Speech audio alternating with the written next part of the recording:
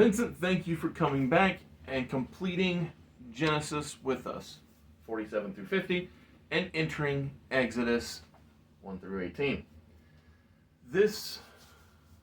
To me, it's been very valuable, and I appreciate your time, so I hope you feel the same. Yeah, week 3. It's Yes. exciting. Absolutely. We're getting into some good stuff, too, this week, so looking forward to it. Absolutely.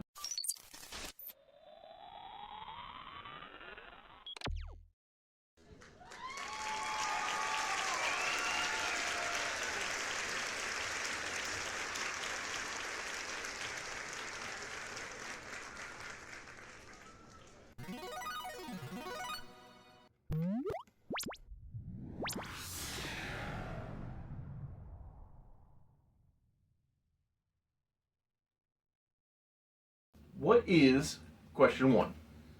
Do you know what your purpose in life is? That's a big one. That is amazing. It feels.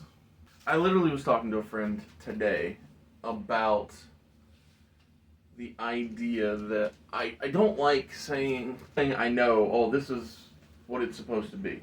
Because it just seems so presumptuous to say, So I'll start with the actual context.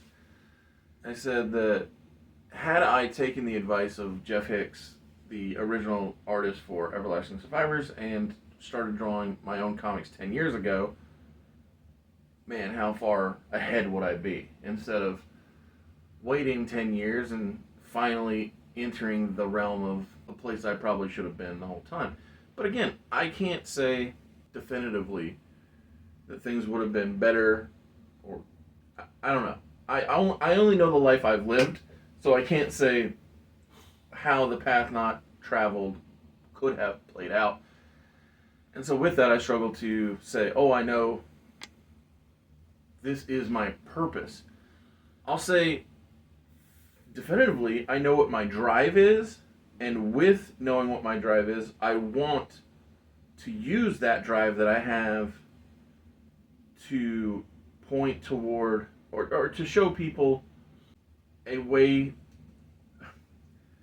I want to use my drive, the thing that I desire to do, to show people Christ. Because I find it to be braggadocious to say, oh, I know exactly this, then I don't want to say it. But for now, that'll be my answer. The way I see things properly playing out is using the desires or the goals that I've set for myself to show people that might not go to church, hey, this is important. There's a different lens that you can show this through, right? So Absolutely. if the lens is artistic ability, and if the lens is creativeness, then that is just the vessel at which the topic of faith and who God is and who Jesus is can be shown to people. Exactly, yeah. And that's what I want to use the arts for. Yeah. What about you? You got all the answers there, sir? I think this question personally has shifted over time for me, Mm-hmm. and over years of kind of growth in age and maturation in age, but also like mental and spiritual and emotional maturation. Absolutely. I think this question has shifted. I would have said probably in my early teens to mid-teens, something along the lines of like success, whatever that looked like, whether Yes. it was monetary or materialistic or the better life than our parents had type of mentality, which probably inherently is good until it's not, until it becomes kind of this meaningless chase. So that was in the beginning. That has shifted considerably to where we are now. Yeah. And I think that's the right thing. Like, if you're always of one perspective, that means you're not growing. You're not changing. You're not having a new understanding. So I like the fact that you bring that to light. Yeah. And I think now I would answer that as a similar to you. And it's often said like in this, phrase, love God, love others, which is like very general, but it's also very specific. Mm-hmm. But how do we live our lives to honor and worship the Creator, and how do we love others in ways that He loved us and be a part of His kingdom, right? Like that's purpose right there. Now, how that happens can go in many different ways, but I think in general, worshiping God, loving Him, showing others who He is, loving people, and finding the satisfaction in that versus everything else. What I do think is interesting too when you think about this question is that changes maybe also depending on your role, right? Mm-hmm. Like purpose in life of a father, a husband, a wife, a brother, a sister, an employee, right? Like our purpose in life is oftentimes tied to the titles we have on ourselves. Absolutely. The perceived purpose in life, I guess Yes. I'll say. So, we Well- assume that the purpose in life needs to align with these titles that have been given to us, because at one point, like, you were not a husband, Correct. right? Yep. So your purpose in life now is different than it was back then, Yes. just in that regard. Yep. But all of that should be started with the worship the Creator, honor who He is, love Him, love others. Yeah, and I'll say the idea that you bring up about your purpose changing given your role necessarily. When I'm going to say tripped and fell into a leadership role, because I wasn't seeking it. It was just the way the people saw me. And so after I got that, I didn't know what I was doing. And after a while, I learned that to lead is to serve. Yeah. Because realistically, the way that I'm able to keep a solid, cohesive team is I put their needs above my own. Yep. And when you talk about loving others, is that not what God did for everyone? So it's like Yep. that. Again, not in any way am I trying to boast or something. It's just it's the natural order of leading is putting people first. Yep. Because that's how you show that you care. I think too, if we kind of think about, so this week started in the end of Genesis and ends somewhere middle of the way-ish through Exodus, a huge amount of time. Oh yes, absolutely. that has passed. But thinking back to like the end of Genesis, and as we kind of read the last few chapters about Joseph, his maybe most obvious purpose was guiding Egypt through the famine, right? Absolutely. Making sure that they have enough food and making sure that everyone is doing what they're supposed to do, so that when the famine comes, he can be in control, and Egypt doesn't fall under. And turns out that the surplus was so good that other countries were coming. Mm-hmm. And then his purpose kind of shifted toward the very end, more son and brother, Yes. as he welcomed his family in. Absolutely. But everything started with him, with who God is, right? So Yes. like he was a boy when he was basically sold into slavery and captivity, but he was this dream interpreter, right? So Yes. like your purpose on the surface is dream interpreter, or Pharaoh's right hand man, Exactly. or Yep. now brother and even father and son. But it all started with his reverence for who God is, Yes. and everything that he did was filtered through that. I love that he, when he was come to and they said, "Oh, interpret this," he's like, "Well, I mean, I'm not good enough, but I'll tell you the way that." Again, like you said, interpret it, not Yeah. that he's the expert. Yep. And I thought that was humble, because at least I personally can see a world where if I'm put on a pedestal in that kind of way, it could easily fall prey to, oh yeah, I am awesome, aren't I? But thankfully, for his sake, he did not succumb to that human tendency of boastfulness. Yeah, and what's interesting, purpose in life is not, it does not matter based off of like social status. So like Correct. your purpose in life doesn't increase because your social status increases. You're right. It may look like that, right? Joseph's social status increased Mm-hmm. because his professional status increased, so therefore his purpose must increase. Yes. No.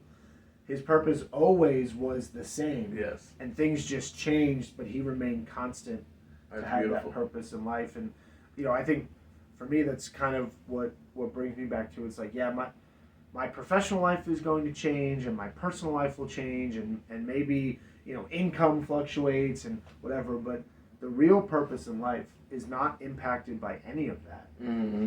So to maintain kind of that even-keeled approach takes a lot of the reactionary guesswork when things in life inevitably do change, right? When the job changes, Yes. does my purpose change? Or No, do I have to change yeah. with that, right? Like, no. Good The point. purpose stays the same throughout all of these fluctuations of life. Purpose stays the same. That's beautiful. What's question 2? Can you name a time when you knew your purpose was to help someone else complete their purpose, and how did you help them? That's a tough question to think about. I'll start in general. If we think that if we know that the purpose is to love God and love others, then how do we help other people do that, right? So we do stuff like this. Yeah, and absolutely. We Well, do I'll stuff say, like I'll say for a fact, just the knowledge of us doing this, and by this I mean reading the Bible, Yep. talking about reading the Bible, has at least, to my knowledge, Yep. sparked that within a minimum of 2 other people. Yep. And if those 2 people can spark 2 more people, Yep. and so forth and so on, then isn't that beautiful in and of itself? Now, that's not a precise answer to the question, Yeah. but what it does is it illustrates how growing closer to Christ personally can motivate Yep.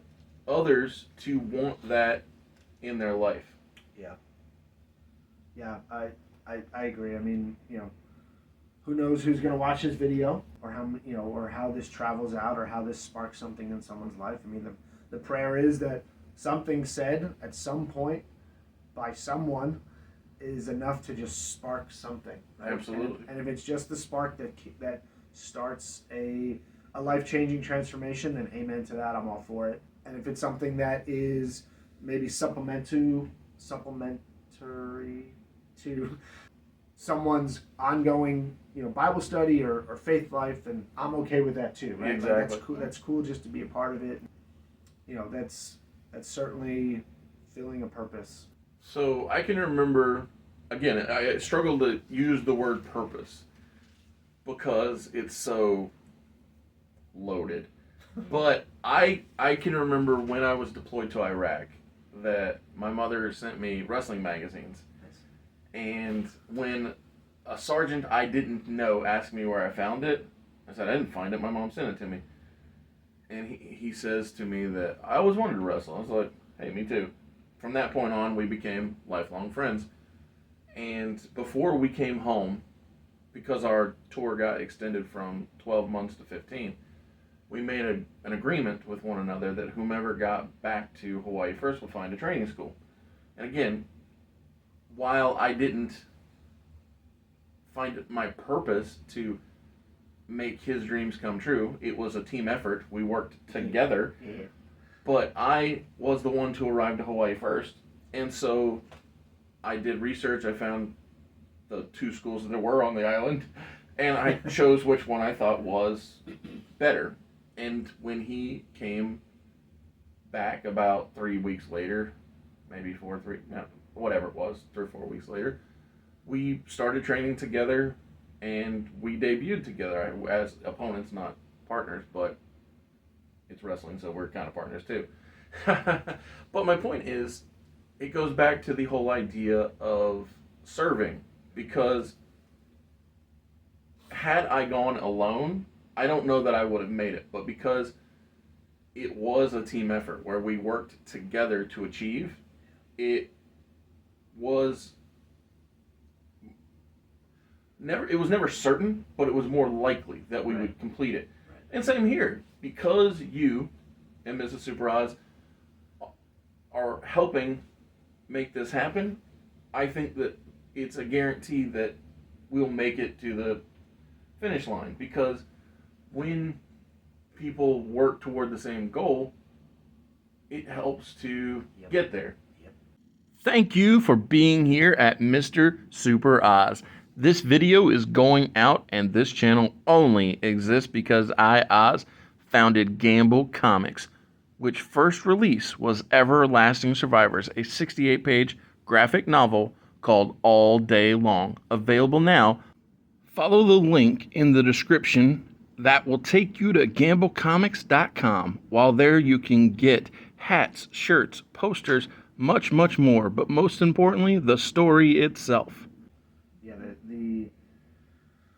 the Old Testament adage, I guess, or I think from Ecclesiastes maybe, is a cord of three cannot be broken, right? So like when things are woven together tightly, you know, there's almost like this strength in numbers type of thing, right? 100%. Like when you're out there by yourself doing life by yourself, or feeling like you're just kind of meandering in life, isolated, bring someone along with you, and that whatever's happening gets way easier. Bring another person, gets way easier. Oh my goodness, so I gotta tell another Hawaii story, because you said bring somebody with you.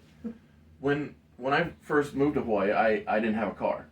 I mean, what was I gonna do, pack it in a bag? No. I just walked everywhere. And so I was at a party, and by that I mean I was like 2 barracks down, whatever. I was close to where I already was at, no big deal. And I met this guy who said that he would walk 7 miles to the movie theater. I was like, me too. How have I never seen you do this? I do this every weekend. He's like, I've never seen you do it, but I do it every weekend. I was like, we should start walking together. Yeah, that would make sense. And we did. And it just made for much more enjoyable 7 miles. Because when you're doing it by yourself, it's very, like, it's beautiful. Don't get me wrong. Hawaii is beautiful. But, like, it's still 7 miles. Yeah, it's lonesome. It's lonesome, exactly. Yeah, and the time flies when you have somebody to talk to. Yep. And there's purpose right there, right? And yeah, that's a cool story. That's a really cool story. I did buy a car after the deployment. That's good. Yeah. But mainland. No. I left it behind. Oh. I just sold it to somebody because I only spent $700 on the car. Yeah. And then I got, I don't know, like $700 back. It wasn't like I was trying to make money. I was just trying not to have to ship it. Yeah, smart. I already had a truck back in the mainland, so. Smart. Just to kind of go off this question too, to jump into our main focus text is the story of Moses, the early story of Moses, Exodus 1-4. And to the point of like someone's purpose helping to fulfill someone else's purpose. When I read that question, and then I read our main chapters for the week, Exodus 1, where the king of Egypt is worried about the Jewish population growing drastically. Yes, sir. He's worried about potential war, which is even weird that he brings that up. Like, there's no mention that's even on the table. But he's worried about being overtaken, and he wants to kind of stop it. So he initiates, basically a mini genocide where he's planning to kill all the male children. But he says to the Hebrew midwives to do this. And then the Hebrew midwives answer, Hebrew women are not like Egyptian women. They are vigorous and give birth before the midwife arrives. Basically said there's no time, which is hilarious. But the Hebrew midwives basically their purpose is to deliver babies as quickly as possible because these women are having a lot of children. So God blesses that situation, and through the midwives doing their job, their purpose, here comes Moses, who is cared for, hidden, and then sent down the river a little bit, who then is nursed by his own mother in kind of a midwife disguise, I guess. Which I thought was amusing, yeah. Yeah. So the midwives are doing their job in helping women have babies, and then here comes Moses, and then Moses' purpose later on is to deliver all of these Israelites out of captivity. So the purpose, helping someone else's purpose, I mean, just in the first chapter of Exodus, Exactly. is just, I mean, it's such a little kind of throwaway line almost, but it's relevant. question, Yes. hits his question exactly. Well, and I think even later on, when God tells Moses of his purpose, And Moses questions, "Oh, I'm not the one." Yeah. And I'm like, "Well, that's pretty brazen, buddy." Yeah. Right. But then God says, "Okay, take your brother Aaron," Yeah. because, like you said, if you go together, it's more likely that things will go well. And so I thought multiple times throughout this reading, it echoes the question. Yeah, it's interesting that part of the answer to Moses was just your brother, right? Like, Yeah. this ridiculous thing, which I can't even imagine being Moses and asked to do what he's being asked to do, being called to do. Yes. And part of the answer, the solution is, well, just take your brother, Yeah. who he's really never met. I mean, doesn't he might at this point know exists, but he's never met. And God just says, like, yeah, I'm going to speak through both of you, and you're going to speak for me, and it's going to be fine. Mm-hmm. Go. Yep. And the two of them go instead of just Moses, which is, an excellent point. Excellent point. What is the final question of the week? Sometimes fear can hinder us from stepping forward to help others. Can you remember a time when you didn't step forward to help someone with their purpose? What was the hindrance, and what should have you done? It's a little convicting. It is. Makes me think. It holds you accountable. It sure does. I'm going to say the hindrance, without knowing the situation yet, the hindrance is almost always for me some sort of selfishness, some sort of just like risk adverse type thing where I'm like, I don't know how this is going to impact me, so I choose not to do it. And that's for sure selfishness. It's for sure. It's not like analytical. It's selfish and just a what's in it for me, or kind of self-preservation type mentality. I'll be honest. I like doing ridiculous things. And by that I mean, I have a friend who's moving from another state to where we're at. I ain't doing anything. Let's do it. Yeah. I got free time. Let's do that. I don't know. I've just always been very willing to jump to the chance to do something different. And I mean, I wish I would have made different choices when my mother was alive. Every couple of years, she would say, "Hey, we're going to go on this vacation. Do you want to come?" And I would always say, "No, but thanks." And the reason being was me and my father would always clash. Yeah. And it would always be for the most ridiculous thing. Yeah. Never would I even pretend like they were hills worth dying on. Yeah. They were just ridiculous conflicts that never made any sense. But because I, as an adult, knew I didn't want to continue down that same path that I had unfortunately kept getting stuck on as a young adult, or someone who lived at home, whether a young adult, I would always pass. And then when she abruptly was no longer with us, it changes the understanding of the choices I made, because I was like, would it have been worth it to have a stupid argument about nothing? Yeah. Yes. Yeah. But I thought at the time I was making the right decision. I'm avoiding conflict. Mm-hmm. Needless conflict even. And then yet now I'm like, that was the wrong choice, because even pointless and needless conflict would have been fine, because how long would it have realistically lasted? Right. An hour? Right. Maybe. Yeah. And yet, by choosing to avoid it, pointless conflict, I also completely lost out on the potential of positive memories. Right. Yeah.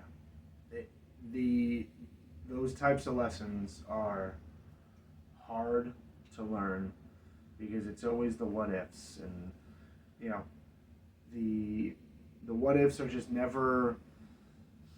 They never satisfy because we don't know, right? Exactly. We can't see the future, and we can't redo the past. Well, and here's the other crazy thing.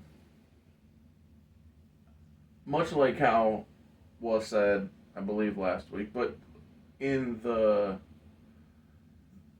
course of these conversations already, I have to believe that God knows the right answer, because obviously I don't always make the right decision. Yep.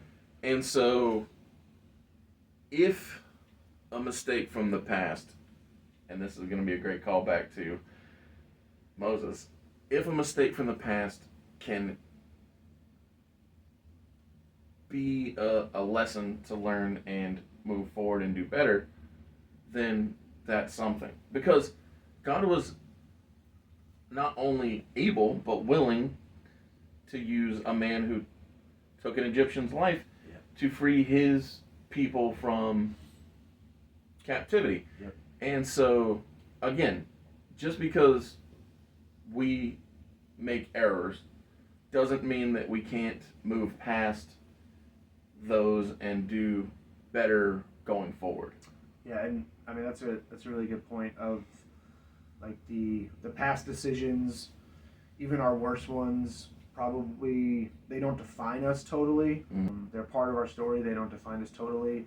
What's interesting about that kind of part of our reading was after Moses kills the Egyptian, he runs far away, thinking he's just gonna leave it behind him, right? And he runs. God finds him. It says wrong direction. Right, turns him around. Restarts his purpose, right? Like Moses had no idea what he would be doing. What's interesting, and is to think about that scenario, right? Like Moses kills the Egyptian after seeing the brutality on a Hebrew slave. Mm-hmm. And I always wonder, did Moses know he was Hebrew? That's a good question. Or did he just know the morality of what was happening was bad Mm-hmm. and stepped in, right? So, like, I guess for this, it really doesn't matter, but it's interesting that it's just an interesting thing to think about, like the knowledge that Moses had or didn't have.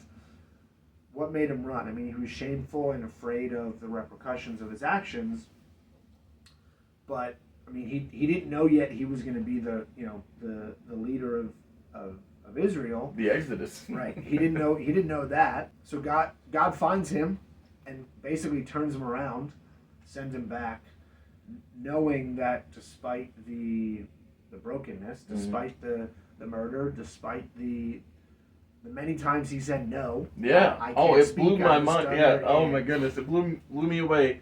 But also, like you said, it's one of those things where, in the moment, I'm like, I can't believe it. But then again, if I think about myself first, I'm like, there have been so many times where I'm like, oh, I'm not good enough. Right. I can't do this. I'm gonna pay somebody else to do it. It's like, well, Relatable.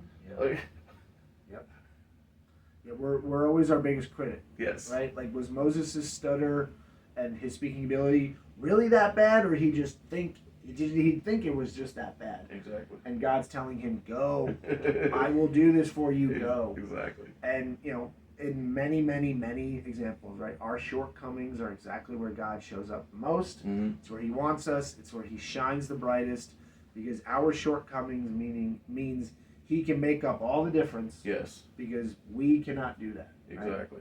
Yeah. No, I Hey, think. I Okay. have a weird question. Yeah. Have you ever seen the Charlton Heston Ten Commandments movie? Yeah. I can remember it being on, but I was so young that I just knew he was the guy from Planet of the Apes. Yeah. And I can't really say I recall it. But while reading this, I was like, I don't remember Charlton Heston having a stutter or like any of the qualities there of. No, he had a booming voice and a six pack. Yeah. It was like I was like, 1960s trailer, Hollywood. I was like, this is Exactly. It was not- 96. I mean, this guy was real cut. I think they play some local network, NBC, ABC, whatever. Sure. They play that, I think, the Sunday before Easter, so Palm Sunday Yes. every year is when they play it. Cool. And it is so far off biblical accuracy. I mean, Yes. there's like love interests and breakups and things that will draw people in, but yeah, his six pack certainly helps to garner some viewers. Cool. I was just checking because, like I said, in my mind I was like, it doesn't It feel didn't seem the same. right, yeah. It's definitely not. Definitely not. Yeah, no, this reading is really good. I mean, you get into some of the later chapters, and it's, the power of God is displayed through plagues and signs and wonders, and His deliverance, and all these things that happen to the Egyptians and the Israelites that they're watching, and Well, and even the choices God makes when guiding the Israelites out. Yeah. The idea that the easy path, and again, this goes back to the question of the unknown. Yeah. Because part of me is like, oh, if I'd have done this or if I'd have done that. But again, oftentimes, the easy path isn't the correct path. Right. Perhaps we do have to take the long way around to understand that it wasn't us at all that made it happen. Yeah, and the path is what for us might seem kind of scattered and chaotic.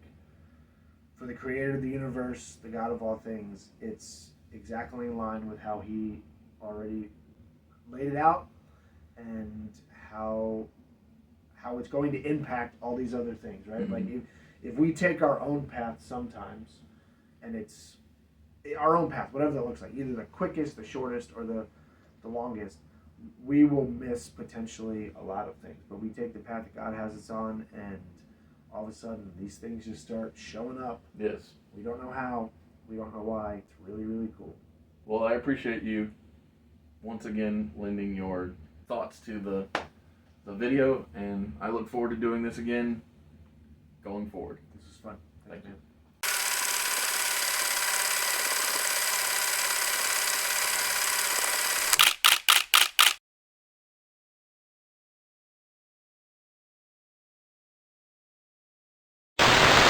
Man.